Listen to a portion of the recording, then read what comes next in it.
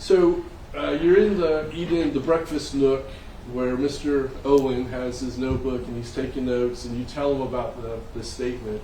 Can you? And I know it's been a long time, but can you tell me basically what you told him?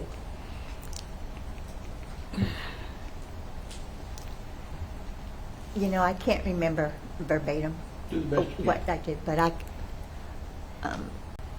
I left school that day. I was teaching, still teaching, but I was only working a half a day. I went from school straight to Sarah Lynn's house. I just wanted to see her. And she was there by herself. And the front door was open. So I went in, and I went into they had turned their garage into a den. So she was in the den, and she was crying. She was crying a lot. And I put my arms around her, and I pulled her to my stomach, and I said, "Honey, what's the matter?" And she said to me, "Mama, you wouldn't understand." And I said, "Honey," and she pulled away, and she said, "If it had not been for my children coming home today, I would have hung myself in this garage."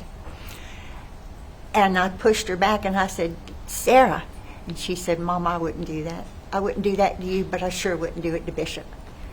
And that's exactly what I remember her saying. Then Michael came in. Okay.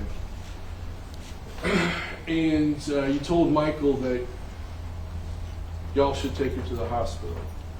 Before I left, I asked Michael to come to the foyer with me. And I told Michael exactly what had taken place and that I wanted to take her to the hospital. Mm-hmm. And I think you even offered to pay for it. I would have. I would have paid it. Because you didn't want the cost of care getting in the way of getting the help that Sarah needed. Exactly. Okay. When you first got over there, it was just you and Sarah Lynn. Is that fair? Yes. Okay. And then ultimately, Mr. Colucci, Michael came home, right? Yes. Okay. And you actually went and talked to Mr. Colucci, didn't you? I did. Okay. And you told him what Sarah had said, right? I did. Okay. Now, when you say you had told him what Sarah had said, did you tell him that she said she was going to hang herself? I did. Okay. And at that point, you offered to take her to the hospital, right? I did. You even offered to pay for it, didn't you? I did. Okay. But Mr. Colucci said no, right? Right. So you ended up not taking Sarah Lynn to the hospital that night. Right. Now, when you were talking with Sarah Lynn that day in the garage and she was upset, did she tell you why she was upset? No.